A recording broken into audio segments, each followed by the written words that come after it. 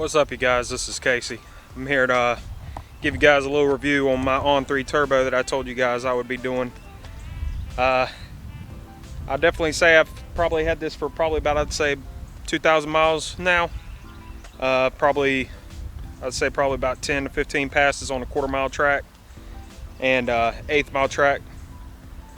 I definitely say I like the turbo. It was definitely a good addition to the car. Definitely woke it up, you know, being how sluggish these 3 valves are from the factory and everything.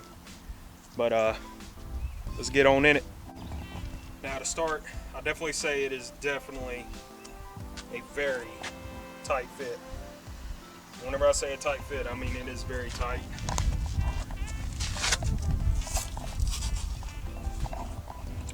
You also don't have much ground clearance at all. I actually had to raise the car from stock, or from where I had it lowered on some Sportline springs. It was just so low that once we dropped the car off the lift and everything, the actual pipes were hitting the ground. So if you got a lowered car, get ready to raise it back up. So, but other than that, I mean, everything works out pretty good. Now I will have to say though, I did went ahead and deleted the exhaust all the way to the back and just decided to come out with the bumper with it, because for one, it saves you about 100 pounds, and I'm not exaggerating that. That was after we weighed it and everything, with the mid pipe, the exhaust, and all the mounts and all that stuff. So it definitely works out for that. As far as actually installing it, I did it myself in a garage. I definitely wouldn't be doing it if you don't have a lift. Having the lift definitely helps out with everything, because everything that you pretty much got to do that's hard wise is going to be underneath the vehicle, trying to get all the piping in, which I can't really show you here without a lift, but I tried to show you a little bit from the front up there. So as far as installing the intercooler and everything, that was pretty straightforward and easy. All the cold piping was straightforward and easy. It's just the hot pipe. The hot side is definitely difficult. And then trying to get everything lined up where it's not hitting nothing is also difficult. So we actually had to heat up and bang a few of the pipes in, so that way they wouldn't be smashing up against any of the K-member or anything like that. So, but after she dynoed and everything, I'm pushing about a little over 500 horsepower and 500 foot-pounds of torque. I definitely say those are good numbers. Those are conservative numbers. We could have pushed a lot more, but I decided to stay at around 10 psi, which is about 500 to 550 horsepower, because this is still on a stock block, and I'm not wanting to go much more than that. So, but as far as the injectors go, I went with 1000 cc injectors from Fick, sorry. But I definitely like them. They definitely helped out everything with the fuel, and then also upgraded the fuel pump. So, and it's 450, what is it, gallon per minute, or GPM, or liters per minute, whatever it is. So, and that was definitely a difficult install as well, because it does not want to fit inside the stock case. But with a little bit of shaving, you're able to get it in. So, but other than that, the only other difficult things that I had doing this was just doing the wiring up for the gauges and everything like that. So I went with a full AEM gauge setup right here, and I'll definitely say I like them. The truboost X gauge is definitely worth it, because you're able to choose how much boost you want to put and everything like that, and I can fully adjust what I got here for the boost, which is nice, being able to adjust it on the fly and everything like that. So whenever I'm daily driving, I'm in the B mode here.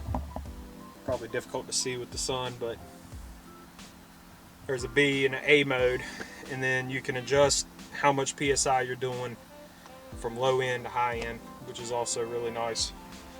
So, but all the gauges themselves is pretty expensive for the whole setup, but definitely worth the money.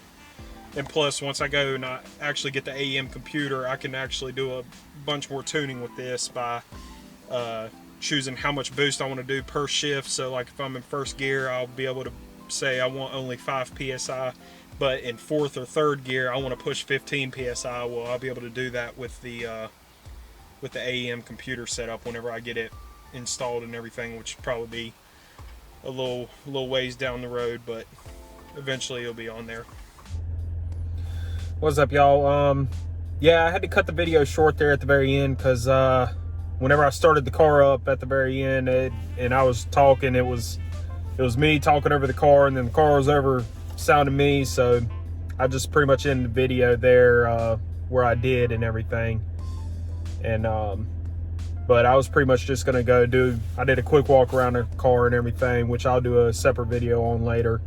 And I'll do like an exhaust video, so that way y'all can see exactly what it sounds like coming straight out the bumper and everything. Because I mean, to me, it sounds pretty good. When you're sitting there at idle, it's nice and quiet, but when you get on it, it screams.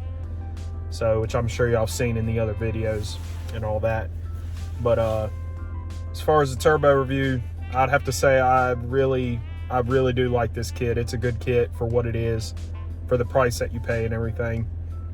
And on top of that, I just want y'all to know that I do support what they're doing and that kind of stuff. They don't support me any, or they didn't pay me to put this on or anything like that, but it's this is just 100% my money that went towards it, and then 100% my review on it. I'd definitely recommend it for other people, especially if you're trying to get into the turbo world. There's some things I would change on the kit as far as how the routing is, which I understand it's a cheap kit, so you get what you pay for. Other than that, I mean, you get what you get out of it. I need to retune my car, so that's why I haven't really posted any videos lately, because it's winter now, and since the temperatures dropped. Whenever I originally got it tuned, it was about 100 degrees outside, and now it's, you know, in the 30s, so I'm running incredibly rich for what it is. And it's not healthy for the motor, so I got to get it retuned and everything. But until I do, you know, I'm just gonna let it sit, get ready for race season next year.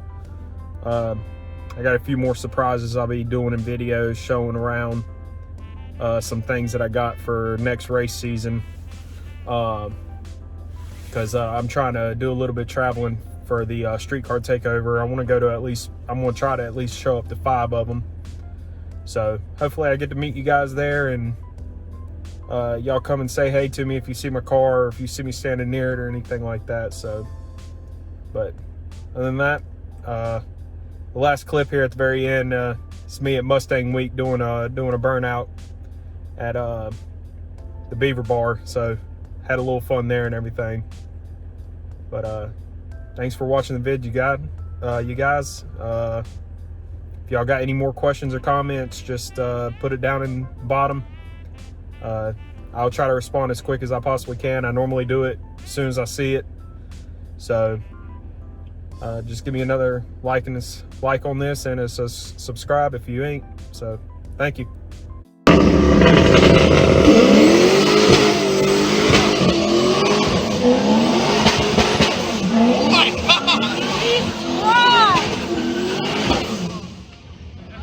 Jesus fuck, bro. Oh my god.